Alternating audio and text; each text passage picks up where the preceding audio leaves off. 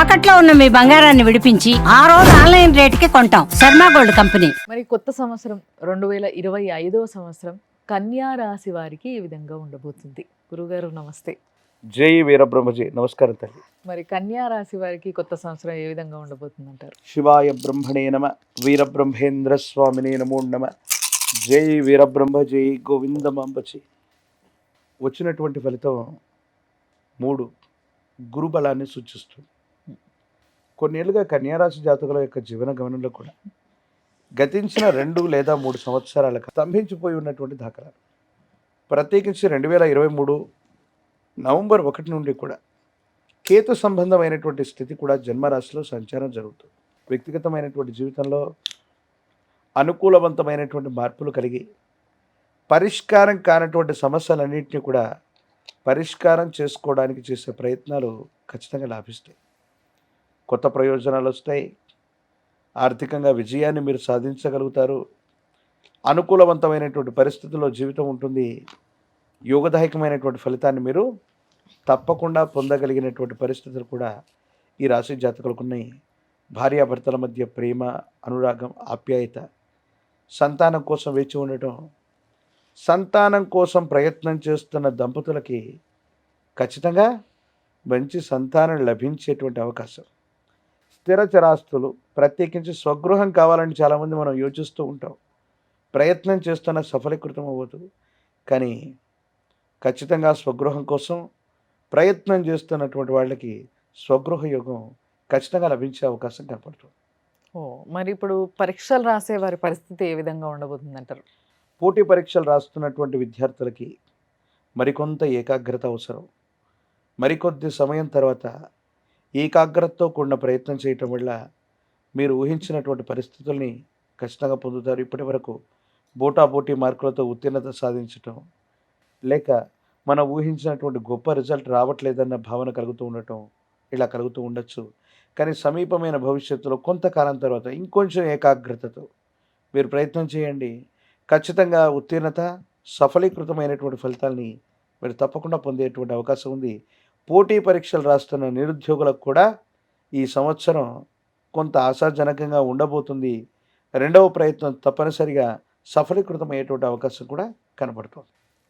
మరి వ్యాపారవేత్తలు కూడా ఈ మధ్య చాలా మంది బిజినెస్ పైన బాగా ఇష్టం చూపిస్తున్నారు. అవును. మనం చూస్తున్న ఉద్యోగాలు వదిలేసి మరి బిజినెస్లు స్టార్ట్ చేస్తూ ఉన్నారు.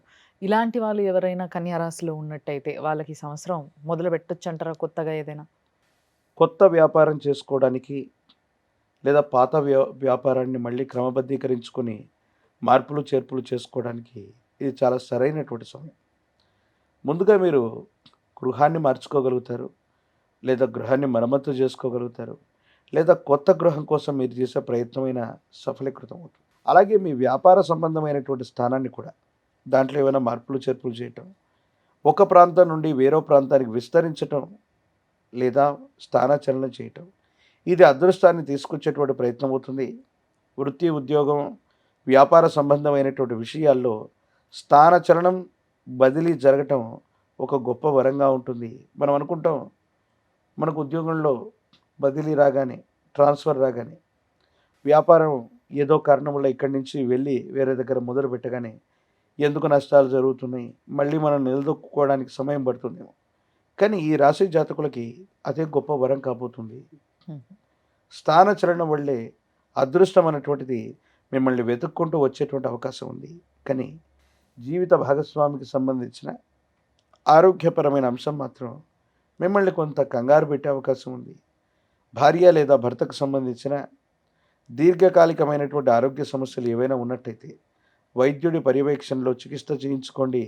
ఇది కొంచెం కంగారు పెట్టి మిమ్మల్ని ఇబ్బంది పెట్టేటువంటి అవకాశం ఉంది. కాబట్టి ఇదొకటి చెప్పదగిన సూచన. మరి రాజకీయ నాయకులకి ఏ విధంగా ఉండబోతుంది గురుగారు? రాజకీయపరమైన రంగాల్లో ఉన్నటువంటి వాళ్ళకి కొన్ని సంచలనాలు నమోదవుతాయి.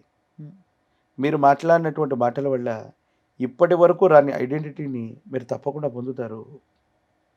రాజకీయపరమైనటువంటి రంగాలే కాదు, రియల్ ఎస్టేట్ రంగంలో ఉన్నవాళ్ళు అవ్వచ్చు, గొప్ప గొప్ప వ్యాపారం చేస్తున్న వాళ్ళు అవ్వచ్చు, లేదా ఏదో కారణంగా న్యాయ సంబంధమైనటువంటి ఇబ్బందులు, సమస్యలు ఉన్నవాళ్ళు, న్యాయస్థానాల్లో కేసులు పెండింగ్ ఉన్నవాళ్ళు ఆశ్చర్యంగా సంచలనంగా మీరు కేసులు గెలిచే అవకాశం ఉంది.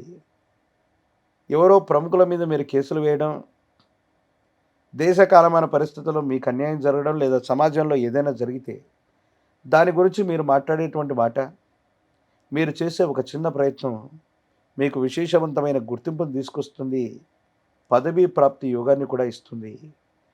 రియల్ ఎస్టేట్ రంగంలో ఉన్నవాళ్ళు, వ్యాపార రంగంలో ఉన్నవాళ్ళు, రాజకీయపరమైనటువంటి రంగంలో ఉన్న వాళ్ళకి ఒక న్యాయ సంబంధమైనటువంటి యోగం మీకు పట్టబోతుంది. మీరు చేసే న్యాయ పోరాటం సఫలీకృతమైనటువంటి ఫలితానికి కారణం అవటమే కాదు, మీకు గొప్ప గుర్తింపుని అది తీసుకొచ్చి పెట్టేటువంటి అవకాశం ఉంది. ఆర్థికంగా చాలా బలపడతారు, మీకున్న ఐడెంటిటీ పెరుగుతుంది, బంధుమిత్ర బలగం కూడా మీకు ఖచ్చితంగా సహాయం చేసేటువంటి అవకాశాలు కనపడుతుంది.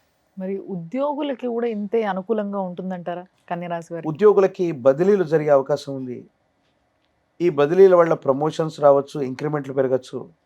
బదిలీ అయినటువంటి ప్రాంతంలో వీరు ఊహించనటువంటి కంఫర్ట్స్ ఉండటం వల్ల వీరి యొక్క జీవన గమనం అనుకూలవంతంగా మారేటువంటి అవకాశం ఉంది. ఉద్యోగస్తులకు అత్యంత అనుకూలవంతమైనటువంటి మార్పుకి ఈ సంవత్సరం శ్రీకారం చుట్టే అవకాశం ఉంది. ఒకవేళ బదిలీ వచ్చినా కూడా మీరు ఆందోళన పడకండి, బదిలీ మీద వెళ్ళిపోండి. స్థాన చలనం జరిగితే మాత్రం ఉద్యోగస్తులకి చాలా అద్భుతమైనటువంటి రాజయోగం పడుతున్నట్టుగానే మీరు ఆలోచించవచ్చు. నిజంగా అంటే ప్రతిసారి ఎవరైనా కూడా కొంచెం ఆలోచిస్తారు ఎక్కడికైనా వెళ్ళాలి, ఉద్యోగంలో ట్రాన్స్ఫర్ వచ్చింది అంటే. ఎస్, కానీ ఈసారి కన్యరాశి వారికి ట్రాన్స్ఫర్లు చాలా బాగుంటాయి అంటున్నారు Yes. కాబట్టి ఆలోచించండి ఒకవేళ ఎవరికన్నా వస్తున్నట్టయితే. అండ్ అంతేకాకుండా ఏదైనా ఇబ్బంది కలిగితే లేదా ఇంకొంచెం మీరు చెప్పిన ఇవన్నీ కూడా ఎస్, ఇదంతా కూడా ఒక క్రమబద్ధంలో నడవాలి మనకి అన్నప్పుడు మనకి ఏదైనా ఒక శక్తి ఉండాలి మన వెంట. Yes, yes. సో ఆ శక్తి ఏది అంటే మీరేం చెప్తారు? ఈ భూమి మీద ఈ రాహుకేతు స్వరూపాలకి అత్యంత అనుకూలవంతమైనటువంటి దేవతా స్వరూపాలు జ్ఞాన ప్రసూనాంబ సమేత శ్రీకాళహస్తీశ్వర స్వాముల వారు. శ్రీకాళహస్తీశ్వర స్వామి వారి యొక్క క్షేత్రానికి ఏదైనా రాహుకాల సమయంలో వెళ్ళి అమ్మవారికి స్వామివారికి జరిగే అభిషేక క్రతువులో పాల్గొంటాం.